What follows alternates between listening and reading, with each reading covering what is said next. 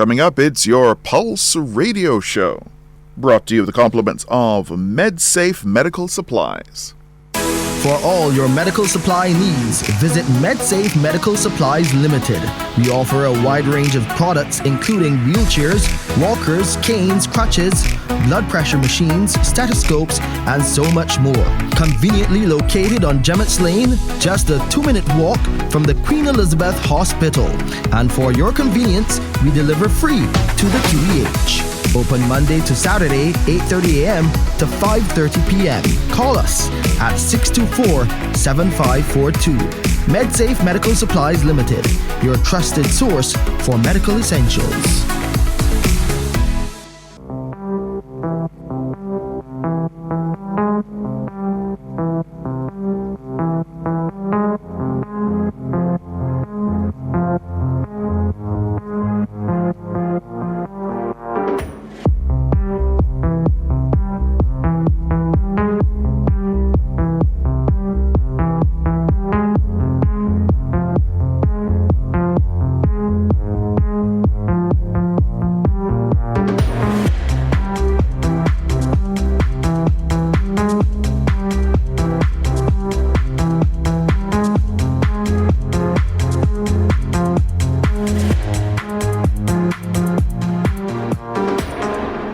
Pleasant good morning to all of our Q family here with us for another edition of the Pulse Radio Show, the 6th episode, and it's always a pleasure to be with you to share with you all of the developments and all of the good things happening at the Queen Elizabeth Hospital.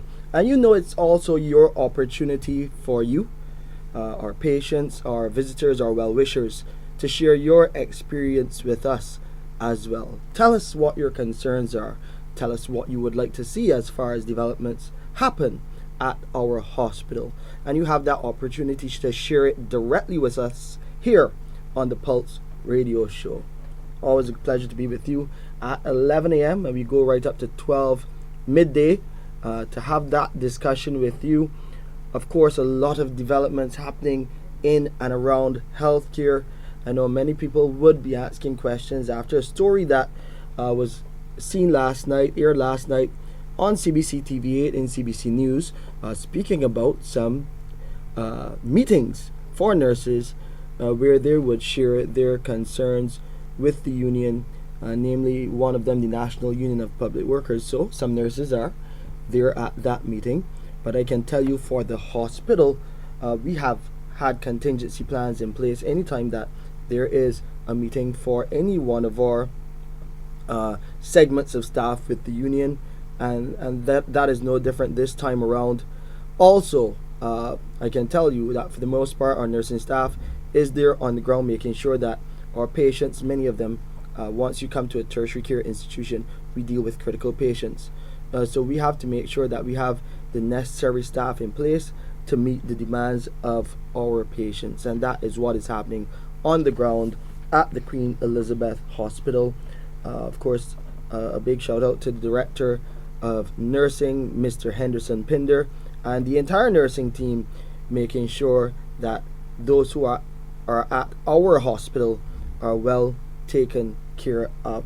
And speaking about the nursing team, I must congratulate those individuals who would have received awards and certificates at our recent staff awards ceremony. We have a bi-monthly award ceremony at our hospital to really showcase, highlight, congratulate and salute staff for those who are going above and beyond the call of duty, setting an example for the rest of the staff, really to try to enhance the operations and the service at the hospital. Shermena Kirton is one of those individuals. You would remember her, registered nurse and midwife at our hospital. She has been dealing directly with the Baby Friendly Hospital Initiative, which we spoke about a few weeks ago. She's also been helping mothers, expecting mothers, and mothers who are young mothers with that breastfeeding process. So let me welcome her to the program. And remember, you can call us 434-1007, 434-1070. those are the numbers to call. I will repeat them after we have that initial discussion with registered nurse Kirton. And you can also send us a WhatsApp at 4341007. Shermena, great to have you back on the program. Good morning. How are you doing? Good morning, Shane. I'm fine, and good morning to all the listeners. I'm glad to be here. Yeah, so first let me say congratulations to you for your Employee of the Month award, a product of the RRR committee at the hospital. Is held by them, our HR department, highlighting and saluting those who go above and beyond. So before we get into BFHI, Baby Friendly Hospital Initiative, and breastfeeding, which I was stopped about on the weekend while I was out, and that is so good that we could get that feedback wherever it comes, because that allows us to address those concerns as they come to us. Those many compliments, but it also helps us to enhance everything that we do. So I'll get to you with that. But first, let's talk about the Employee of the Month award for you, registered nurse Shermena Kirton. Tell us a bit about that salute from HR. Well, first, it wasn't for me exactly, but it was for the team. Breastfeeding Special Interest Group at the QEH. Okay, I saw your name on the citation. So, who would have spearheaded these celebrations for the Breastfeeding Awareness Month at the hospital. Normally, worldwide, Breastfeeding Awareness Week is the 1st to the 7th of August, but the committee decided that because the topic is so important, that we wanted to lobby for it to be extended for the entire month of August, and our management agreed with such, and the team, in addition to other activities that we plan, would have embarked on planning this month and successfully executing it for the first time that it has happened. So that entailed a number of appearances. You did a number of public awareness spots right here at CBC. Talk a bit about sharing that information to the public, and talk about the feedback that you got, that one-on-one feedback. Well, as you said, we were on TV, and a lot of individuals would have seen it and said that it was good to hear about breastfeeding, especially person being interested in breastfeeding. That was very welcoming. Did you get any questions for any men? Only person. But the men, and that's interesting that you add that, because the men are very important in the breastfeeding journey of a mother and a baby. So it would be great if they would call in today as well too, to find out how they can help their partners and their babies to get a better start in life. All right, so before we get to the importance of the men, let me tell you about that question that I got over the weekend from a friend. She went to school with me, a young mother. She spoke to me about a bit about her journey as a young mother so far. She did listen to our program and heard another member of staff, SNO, one of our SNOs, speak about the benefits of breastfeeding holistically, both micro and in that interpersonal relationship between mother and baby, but the macro impact as well, in terms of the economy, how much money it saves, in terms of health and healthy lifestyles. But her concern, and rightly so, when I heard her, I said it is something that we need to discuss a bit more and have a more narrow focus. And I'll get to explain what exactly I mean. She said, for mothers listening, their concern is less about this macro impact. So we share this information. Yes, it's good to share that. But she wants to know, how best can I help my baby through breastfeeding? What are the different modes that I can use to make sure that the baby is not only latching but getting the right amount of breast milk? What is the right amount of breast milk? How can I breastfeed without breastfeeding? And I know that you're the person that can help to break down all of this. I got a shout out, Senior Nursing Officer Marlo St. Hill, on the ground at the hospital, always doing great work, and she gave us all of those details with the macro impact. But that one-on-one interpersonal connection between mommy and baby, I think our mothers out there want to hear a bit more about how best they can help their child to have that healthy life that you spoke about so eloquently before through breastfeeding. So let's go into that. Let's start with those common misconceptions, and then we can get into what is the best approach for young mothers out there. Okay, so the most common misconception for the young mothers, or the most common concern that they have, is that their breasts are going to sag. That's the main issue that a lot of the younger mothers quote for not wanting to breastfeed. And I want you to pause there, because I'll tell for those listeners out there, this conversation can get uncomfortable sometimes. These are the things that sometimes people don't like to speak about. But this is real life, and it's good that we can have this opportunity to share this with you, those of you out there who need this information. So as you said, one of the main concerns is that those breasts could sag. Yeah, so that's cosmetic. And you know, we as ladies, we want to look good, we want to feel good about ourselves. But the change in the structure of the breast depends on how you manage your feeding.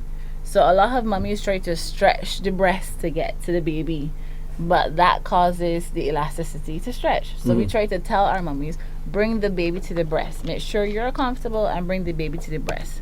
Also, wearing good supportive bras helps in maintaining that your elasticity stays where it is. As we get older, naturally, things go south.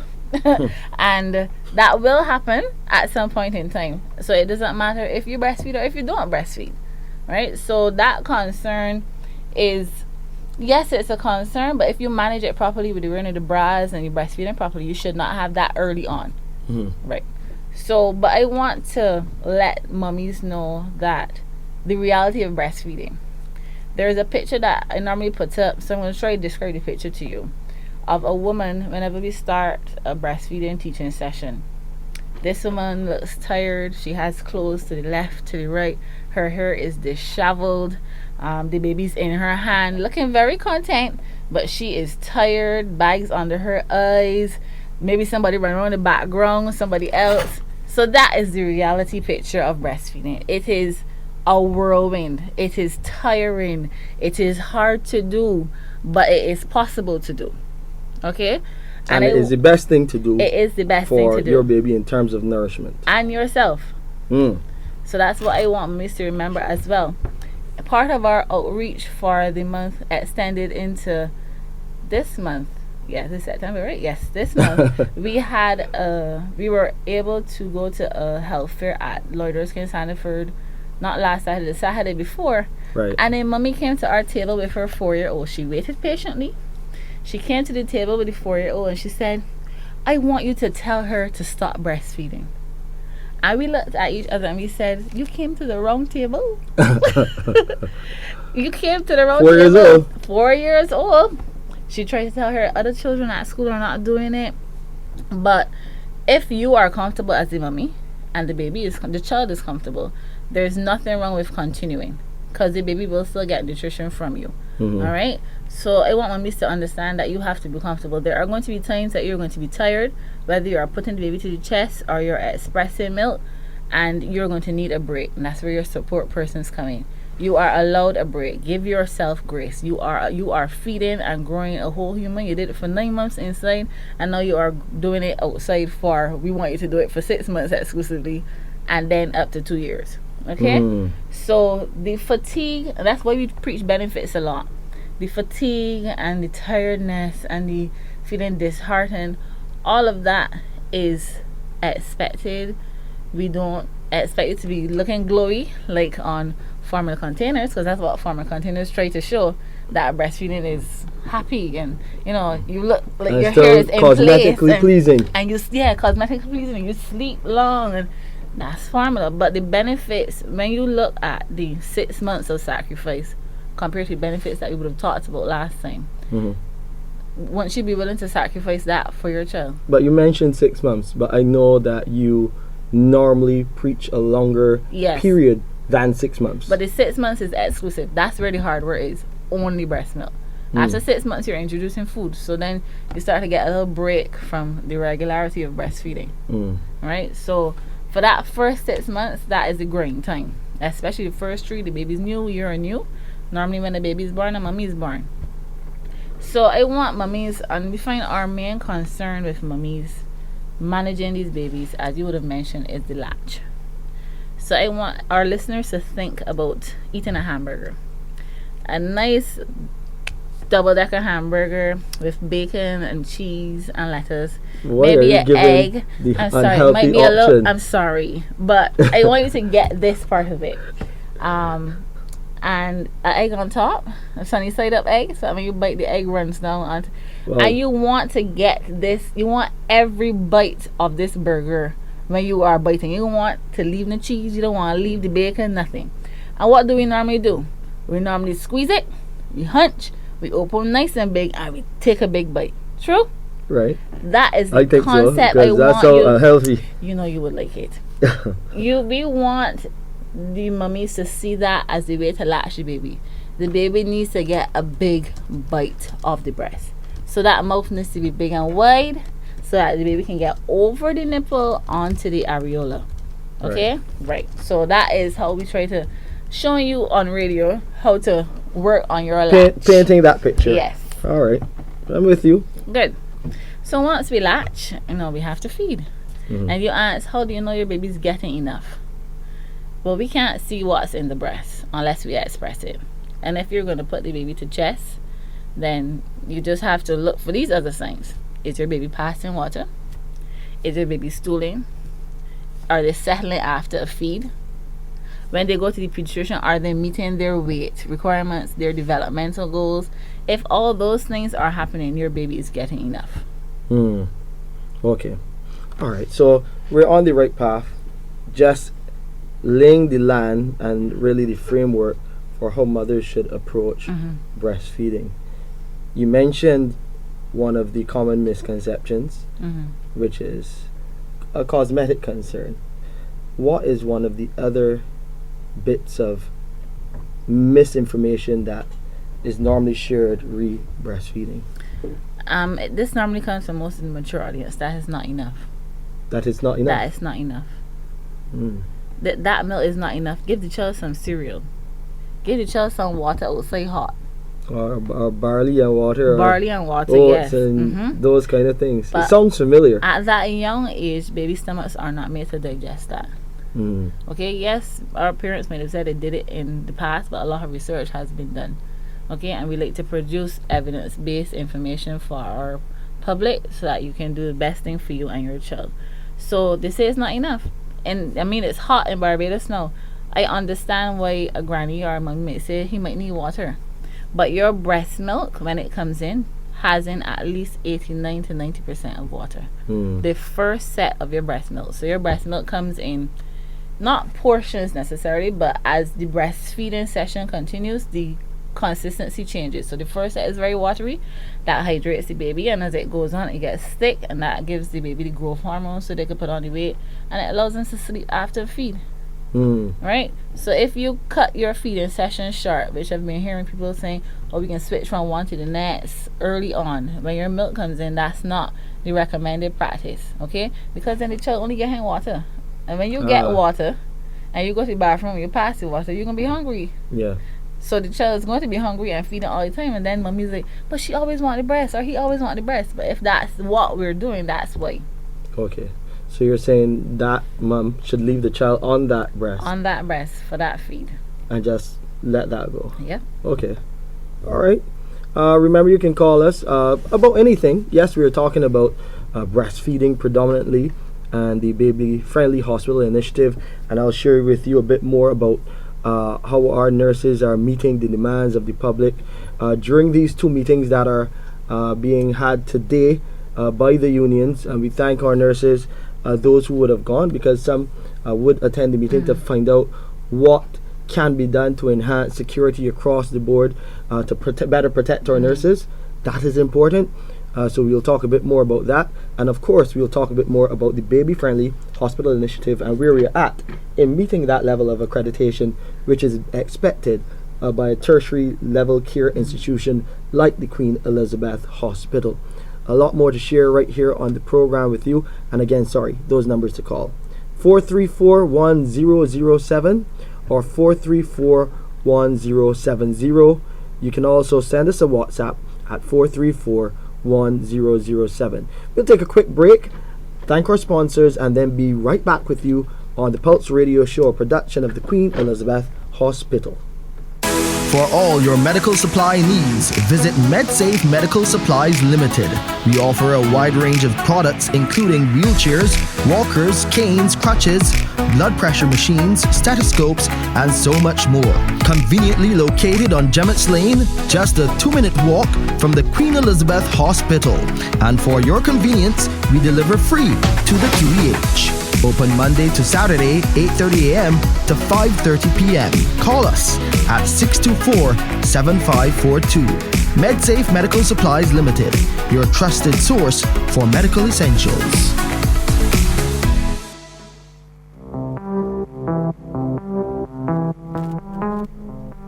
Back with you on the Pulse Radio Show. I'm Shane Seeley, Communications Specialist with the QEH. As we speak about the Baby Friendly Hospital Initiative, we'll get into that shortly. But we're speaking predominantly right now about breastfeeding. Breast is best. That is something that I have heard during the month as you and your team continue to share information with the public about what the approach should be by mothers as far as breastfeeding is concerned. We were speaking about going through the course or courses for babies as they go through that feeding process. We were at the point that you should allow them to finish and you don't bounce baby around between the breasts. Yeah. So it's very important that you do that so that your baby will get all the nutrition it needs. If we say that breastfeeding produces 100% of the nutrition up to 6 months, that's the way we do it. All right. Mummies tend to feel disheartened if sometimes they can't breastfeed or they choose not to breastfeed. So there are options out there. You can express, and you need to remember also that expressing milk and feeding the baby is breastfeeding. Once the baby gets breast milk, that's breastfeeding. Okay. So you can express. That's where the finances will come in when it comes to breastfeeding, because we normally say that it is free. But if we choose to express, then that's where we will have to put some money there now so that you can have the pumps that you need. I mean, your hand can work as well. And learning how to hand express is very important for every mommy, because you're going to meet these bumps in your breastfeeding journey. When you're first delivered your baby, you have colostrum in your breast. There's small quantities. Colostrum. That's the first set of milk. It's not called milk, it's called colostrum. It has in all the antibodies that you would have made because you got sick from some virus and you got over it. Your body made antibodies against it, so your baby now gets that in the colostrum. Okay? It's also very thick. It has a lot of fat, and it helps fill the baby with a small amount. So at birth, the baby only needs 5 mils of colostrum to satisfy it. So when people squeeze, and I say squeeze generally because you gotta know how to squeeze the breast, and they don't see anything or they see a dot, they think my baby's not getting anything. And that's another misconception, because once a baby's latch well, that baby will move the milk from the breast. Again, we cannot see it, but we have those signs that we know that they're getting something. Right. So after the colostrum, 2 to 5 days, there's another hurdle now. First it was a little bit of milk. Now we've gone to the 5 days, and your breasts have become Baywatch breasts. Anybody know Baywatch? This is an old picture. Pamela Anderson. Yes. So you're not accustomed to these chests, but because your milk now comes in like a flood, not knowing how much your baby really needs, then you get these large breasts that are hard, they hurt. So you have now to manage this phase of your breastfeeding. Right. Okay? It could be uncomfortable. Some mummies express, some mummies decide that they can just stop. It's hurting too much. The baby's not latching, because when the breasts get full, then it's harder for a baby to latch. So knowing hand expression to soften the breast allows you to get the baby to latch. And once the baby feeds regular in that period, then your baby will regulate in the next few days how much milk you need. With all the information you share, you also share this during teaching sessions Yes. as well. Talk a bit about the teaching sessions and what you're trying to do through the hospital to better inform mothers about how best to breastfeed. Okay, the majority of our teaching sessions happen in our antenatal clinic. Antenatal teaching is very important. Once mummies decide from the beginning that they want to breastfeed, normally the breastfeeding journey is better. So teaching them about the benefits, how to do this stuff, latching, etc., holding the babies, that is done at our antenatal clinics. On our wards, our obstetric postnatal ward, which is now B3, when you come and you've delivered your baby, then you also get teaching from your midwives one-on-one. Get teaching from your midwives one-on-one or from group sessions.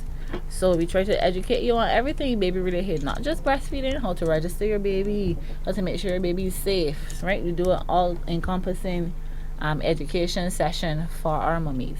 Indeed. We do have a caller on the line. Good morning, caller. Welcome to the Pulse Radio Show. How can we help? Hello, good morning. Hi, good morning. I heard the nurse said something about somebody who's breastfeeding a child at the age of 4, and she said like it's okay. Right, but before you continue, just lower down. I can hear your radio in the background, so that we can hear you clearly, and so that you can give us that comment. We really want to hear from you properly. Okay. Yes. So you got that turned down? Yes, I do. Thank you very much. I appreciate that. You can go ahead. She said like somebody was saying like they breastfeed a child at the age of 4, Mm-hmm. and she said it's okay. I disagree with her Okay. because at the age of 2 to 3 years, as the child is getting into 3 years, you don't get a flow of milk, because as the child is growing, the milk is getting harder, and at the age of 4, there is no milk. There is something like pus, and if that child keep on taking this thing, it can affect the child by getting the child get sick. The child sores can burst on the child getting loose. The child starts getting losing weight and all these things. And I am saying these things because of experience. My first child did not breastfeed because he did not want the breast. The second one did not want to leave the breast. At the age of 2 to 3, he did not want to leave the breast. The first child was a girl? Pardon? The first child was a girl or both No, boys? two boys. Two boys. Okay. And I took him to the doctor, and I explained to the doctor and said, I told the doctor everything. The doctor said to me, I cannot be feeding the child. I can be eating whatever I eat and drink whatever I drink. At a certain age, the milk is turning like a pus. And if that child keep on taking this thing, that child will get effect somehow. And it was true, because he was losing weight at the age of 2 to 3 years. He was still breastfeeding. He was losing weight. His hair started dropping, and and then I stopped him. It was a little hard to stop, but still I stopped him, and then he get better. He get all right. So in saying like 4 years, it's okay to breastfeed a child, I disagree to that. Okay. Well, let me give a registered nurse, Kirton, a chance to respond to your comments there. Yes, please. Thanks. I'll listen to the radio. Hi, good morning. I'm sorry that you had that experience, but thank you for sharing it with us this morning. First, everybody's different. Everybody is individualistic, all right? So as you said, your experience with your son, I know experiences of individuals who would have breastfed past 4 years and did not have that situation occur to them. But I just want to know, I mean, you said you were going to listen, so that probably means you've hung up. I don't know if you have, but I would like to know if you were only breastfeeding or the child was eating as well. And Also to say that once your breasts are being stimulated and milk is being removed, milk will always be made. The only time that milk becomes pus-like is if there is an infection in your breast. So if milk stayed in there, like if we leave milk out for long and we don't use it, it gets bad, sour. The same thing will happen if you leave milk in your breast for long and do not use it. Okay? Our milk will continue to replenish itself. That's the norm. Then the baby, as it feeds, will get the milk or whatever amount it gets. It will not be the same amount because when it was a year, it will not be the same amount as when it was 2 years, because now they're not feeding as regular, so it's not going to be as much. And as you mentioned before, they have no supplements to that diet. Yes, so they're eating. They're now eating as well. But there's, unless something else is medically going on, there is no reason I can see why the milk would have been pus-like unless there was an infection. And then yes, that would have caused him to be sick, and then you would have had those things happen. So I'm sorry about that. But WHO says that up to 2 years or beyond, the baby will get a third of its nutrition from breast milk. One third of its nutrition from breast milk. 2 years and beyond. 2 years and beyond. Okay? So that means that the child would still be getting something. So to dissuade a mommy from breastfeeding, if she's comfortable with it and her child is comfortable with it, is not necessarily based on the premise of infection, unless, of the possibility of the breast milk becoming pus-like, unless there is an infection. Right? And in that case, I will tell you seek help. So the signs of an infection on the breast will be pain at the breast. You got spots or lumps in the breast. If you're feeling any of those things, you reach out for help in that case. What does reaching out for help look like? Okay, you can call the antenatal clinic at QEH. You can call back to your postnatal ward. There are pediatricians that you can reach out to that will refer you to the Breastfeeding Child Nutrition Foundation. They are a charity that helps with mummies breastfeeding, do consultations and education sessions. Your obstetricians may also refer you out either to a midwife or to the same association. So if you want help, and I keep trying to preach, if you're having pain when you're breastfeeding, something is wrong. Okay? Something is wrong if you're having pain when you're breastfeeding. So you mentioned it was at the Lourdes Conservative Center where you had that outreach, and the mother came and spoke about her 4-year-old child still breastfeeding. Our caller there said, she doesn't agree with a 4-year child still breastfeeding. You addressed some of those concerns, but I guess the age too, that age alone, that's not normal. Right, it's not culturally normal. But then again, I'm sure that our grandparents used to breastfeed us longer than that, because food was scarce and you had it to breast. I wasn't there. I wasn't either. I wasn't there, so are you sure? But when the lady came and she said, and y'all were like, I guess you were happy to hear this story. Yes. But then you see another caller saying, that sounds. That's why we gotta remember that it's individualistic. Like it shouldn't happen. It's individualistic. The mommy was not upset, that the baby was breastfeeding. She just thought that she should have stopped. But we would have educated her that yes, she's breastfeeding. Yes, she gets at least this third of nutrition, but you also get benefits too as a mommy. For every year that you breastfeed, your risk of breast cancer reduces. Your risk of ovarian cancer reduces. So it's not just that she's getting the milk, or you think she's just getting the milk, but you're getting benefits from it too. Also, then she was telling us how smart she is, so she was seeing the benefits of her breastfeeding. You understand?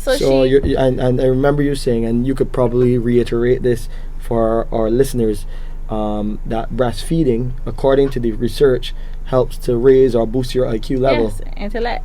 It does. So it's just best for the brain. It has in DHA, that fatty acid that helps with brain development. That's why a lot of formula companies put it in their formula. Okay.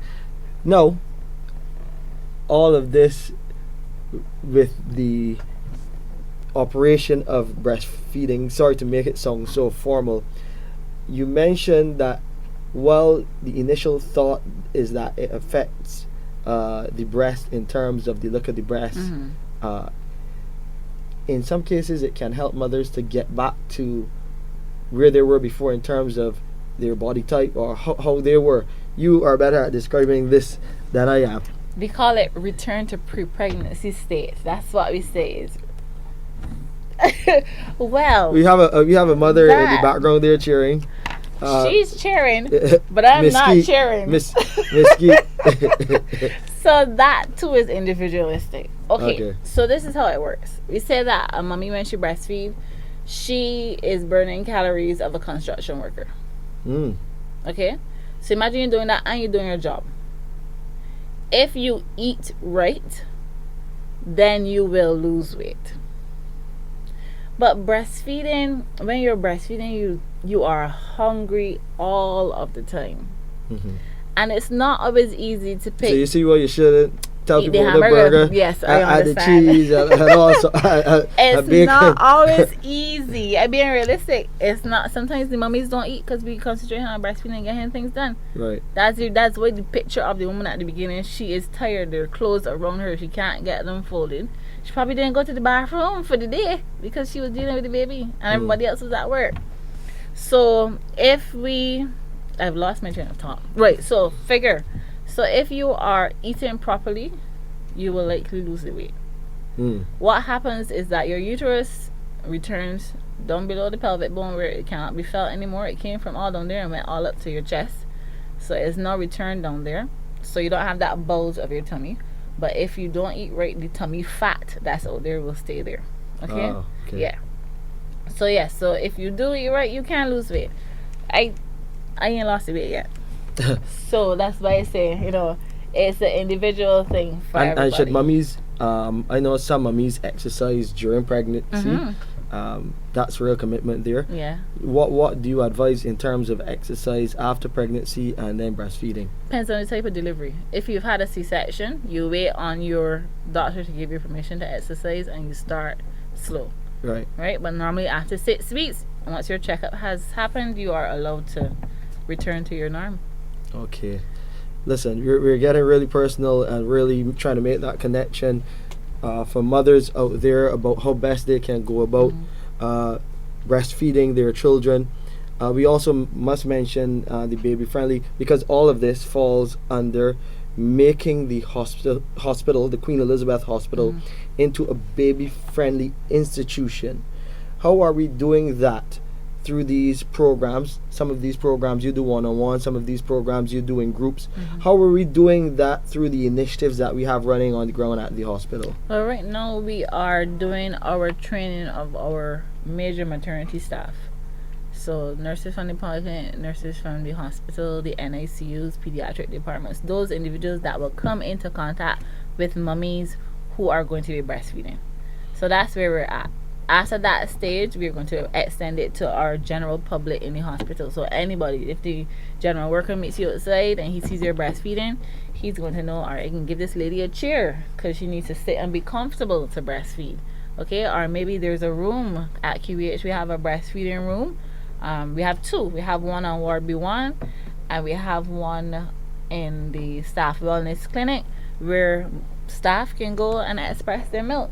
Staff can go and breastfeed if their partner decide they want to bring in the babies to breastfeed. That's facilitated, right? So we try to make it convenient not just for our patients but also for our staffs to continue to breastfeed and to have a good breastfeeding journey, right? So it's all about education. There is a lot of power in education, and that is true. And then once you are educated, we try to ask you to share with somebody else the information that you have gotten. So what are you looking at in terms of, because you have been really pushing to strengthen this breastfeeding campaign and the programs you do, and maybe you can put on your other hat outside of the hospital in terms of that focus group that you work with. Talk a bit about the focus group and the work that you do there through that in educating moms. Well, the Breastfeeding and Child Nutrition Foundation, we do outreach sessions as well. We have one-on-one lactation consultations. Our offices are based at the Barbados Family Planning Association. All right, so you can call. I'll look for the number before I leave here so you can know the number. You can call and you can book your consultations if you're having problems with your breastfeeding journey. We also do virtual support groups every month on Zoom. So every second Monday of the month from 8 to 9, we have a group of mummies, new mummies, older mummies. Older mummies come to give advice. Older mummies come to talk about weaning. The newer mummies come to talk about how it's been. So we discuss our challenges, we discuss our wins, and along with myself, there are 2 other outside being out of state lactation consultants that we meet, and we give the direction for the clients that will come in on the Zoom call. So we have that. We also have you have to also before you finish today's program, let people, those mothers or expecting mothers out there, know how they can connect to that Zoom call. So sorry for breaking your train of thought this time. Right, so we do that as well, and then we have an in-house nutritionist who would approach the weaning. So from 6 months, we know we started to introduce solids.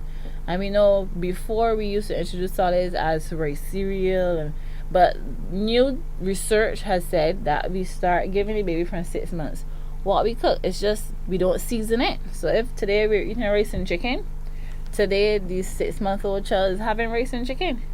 It is rice that's not been salted, so it's cooked beforehand. The chicken is cooked before all the seasonings because we don't want it with a lot of extra flavors. It's shredded so they can pick it up and they can put it in their mouth. Okay, so we have that aspect as well. We also do a lot of brochures. Recently, we would have, along with the Sandy Lane Trust, donated some breastfeeding kits for the QH to have access to for vulnerable mums. So mums that would have preterm babies, and will need a pump, will need colostrum collectors, mums that are less fortunate, those kind of mums. Our SNO has that information to reach out to the BCNF to get the information to us so we can get them that kit. It has in storage bottles for their milk, they have a pump in it, they have the colostrum collectors in it, they have breast pads, everything that you would need to help your breastfeeding journey. And I would really like to salute some of our supporters. Brighton Stokes, one of them. We have a number of other philanthropic, goodwill people out there who donate directly to the hospital, to the NICU, to anything to do with children, and that department. They just feel very free to give, and a lot of our mothers that come through the hospital have benefited from that level of philanthropy from a number of these agencies who come on board. So I really like to salute them to those who give to our pediatrics department. We really want to thank you for your service and remembering mums, especially in the time of need. Yes, please. Some of those mums are in need of the equipment, and we're glad that through the hospital and these goodwill companies and these agencies, these non-governmental organizations are able to help in a big way. We see a lot of philanthropy coming we need the help to pediatrics, because that's the future, you know. When you start with children, you impact the future. I told a mom once at the same thing. I said, when you decide to breastfeed, you've decided to change the world. You have decided to change the world once you've decided to breastfeed. You have decided to change the world once you have decided to breastfeed. Some great information from you. What's next on your teaching journey for some of the young mothers? Well, we want to make information easily accessible for our clients. Did you told them about the Zoom link yet? Sorry. Okay. No, so the number, you can get there. You can get there. Let me go there. Ahead. Let me go there. So for the BCNF, which is the BCNF, we have an Instagram page, which is the BCNF. We also have a website, which is www.thebcnf.org. The BCNF. Yes. And our number is 828-6671. Okay, that's the number you call to get information on when the virtual support sessions are. That's the number you call to book your consultations. And one thing I forgot to tell you is that we also do antenatal breastfeeding classes. We call them ABCs. So you do that beforehand. There are 3 sessions. We have 2 Antenatal virtual breastfeeding classes, Yes, the ABCs. the like ABCs. So we have 2 virtual sessions, which are normally Friday and Saturday of 1 week. Our next session is starting the 17th and the 18th of this month. So not this month, next month. Sorry, October. And then we have 1 face-to-face session where you bring your pump, you bring your partner. We teach you how to hand express by using dummies, because you're not going to let your hand express at that time. We teach you how to use your pump. We teach you how to hold the babies with dollies. We teach you all those things so you have a hands-on experience, right? Yes. So the number again is 828-6671, and that is the BCNF. So now the information. All right, you hold that thought. We'll pay a bill quick, take a quick commercial break, thank our friends at MedSafe Medical Supplies Limited, and then come right back with a whole lot more here as we speak about breastfeeding, the baby-friendly hospital initiatives, and the great work our nurses are doing at the Queen Elizabeth Hospital. For all your medical supply needs, visit MedSafe Medical Supplies Limited. We offer a wide range of products including wheelchairs, walkers, canes, crutches, blood pressure machines, stethoscopes, and so much more. Conveniently located on Gemmett's Lane, just a 2-minute walk from the Queen Elizabeth Hospital. And for your convenience, we deliver free to the QEH. Open Monday to Saturday, 8:30 a.m. to 5:30 p.m. Call us at 624-7542. MedSafe Medical Supplies Limited, your trusted source for medical essentials.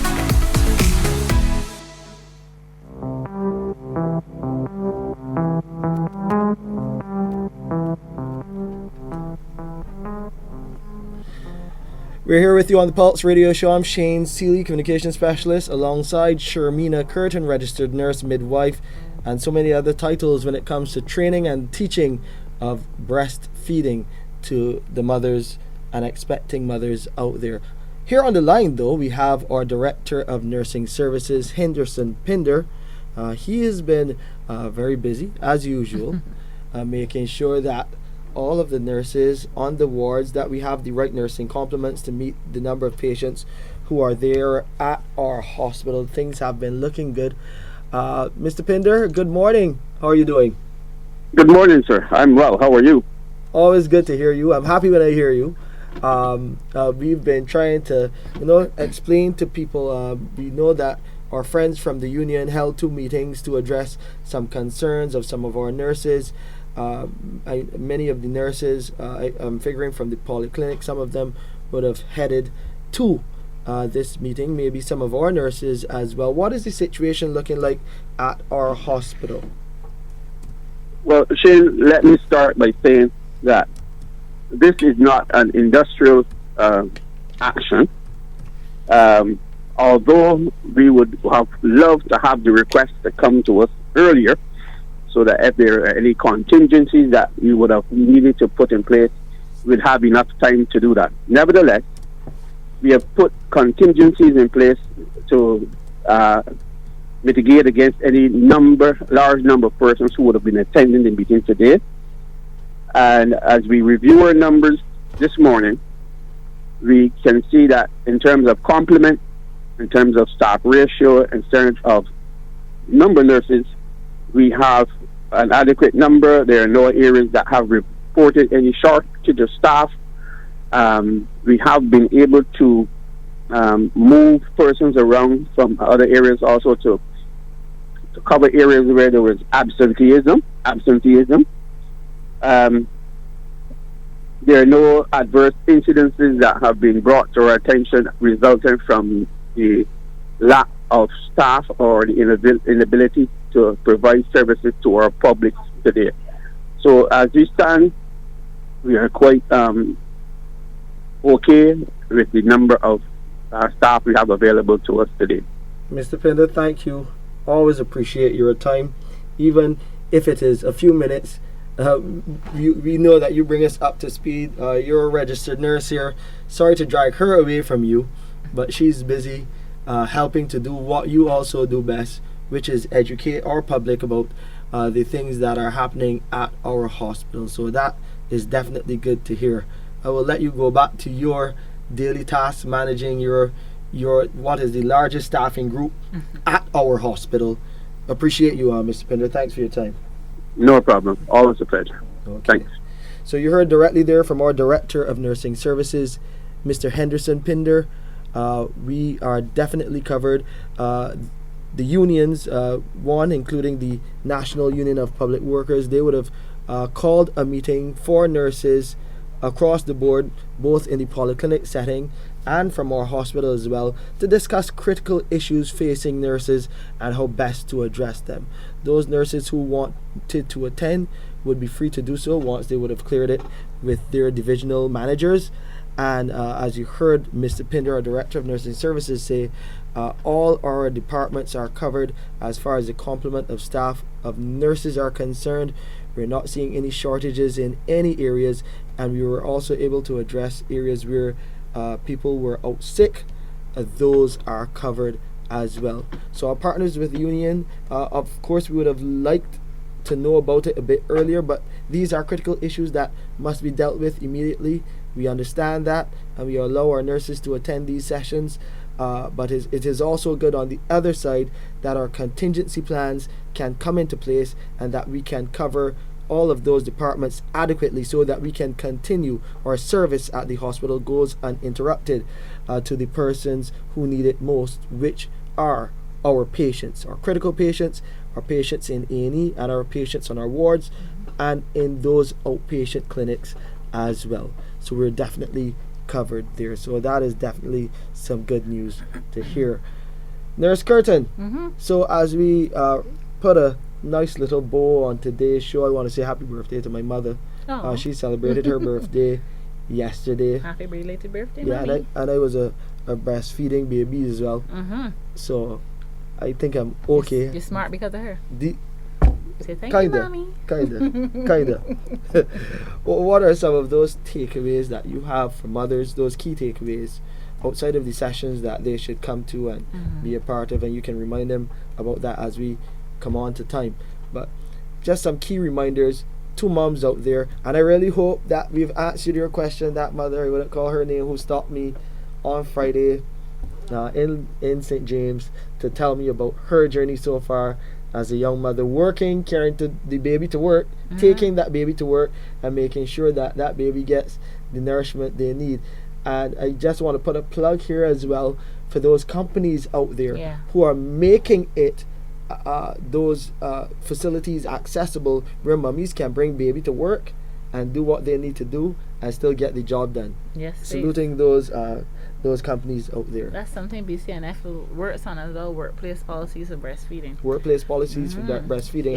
How has that been going? Is it been widely accepted? Trying to get government to make it law, but some businesses take it on. So when we have mummies that reach out to us for concern, or we have business companies that reach out to us for help working on their policies, their individual policies, we assist them where necessary. But yeah, so what I want mummies to take away is that breastfeeding is possible. It's not going to be easy. Support people are very important in your life. Having a space at home that you feel comfortable when you breastfeed is important. So I normally tell mummies, find a space, because it's isolating. Only you can do it, really and truly. No one else can. Some babies feed for hours, some for half an hour, some for 15 minutes. Make that space somewhere where you have water, you have access to a plug that you can charge your phone. If you like scented candles, make sure there's a candle that you can light when you come to sit down, to make it easier for you to manage the peaceful, serene setting. And when you're peaceful, then your milk flows a whole lot easier. Right? So set up that area for yourselves. Remember, if there's pain, something is wrong, reach out for help. Reach out to antenatal clinic and ask a question. Reach out to your postnatal ward, your pediatrician, your obstetrician. Reach out and let them refer you out. Reach out to the BCNF. Most moms have a pediatrician, but if they do want to reach the antenatal clinic, that number you can call through our PBX 436-6450 and have our team connect you to the antenatal clinic. You can also go on our website www.qahconnect.com, and all of the numbers that you need will be listed there as well. But it's always easy to call through the PBX, to be honest.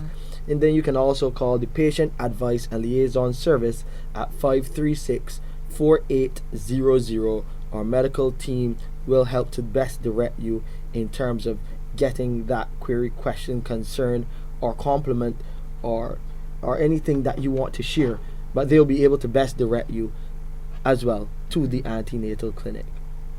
Yeah. I want mommies to understand that babies cry for a number of reasons. So one of the myths is he or she is crying, that means they're not getting enough. That's not the only reason babies cry. Okay? So normally we tell you when you pick up the baby, check the pamper first. Are they wet or are they dirty? Have you just had a whole set of visitors at your house with different perfumes and scents? That means your baby is overstimulated. You need to probably bring them away from the environment. You and them alone, skin to skin, reconnect, let them calm down. So they're not, the reason that your baby's crying is not always because they want breast milk, but they know that if they get on your breast, they're going to feel protected, they're going to hear your heartbeat, so they're going to want to go there. They're not necessarily going to feed when they get there. You're going to say, wait, what happened with you?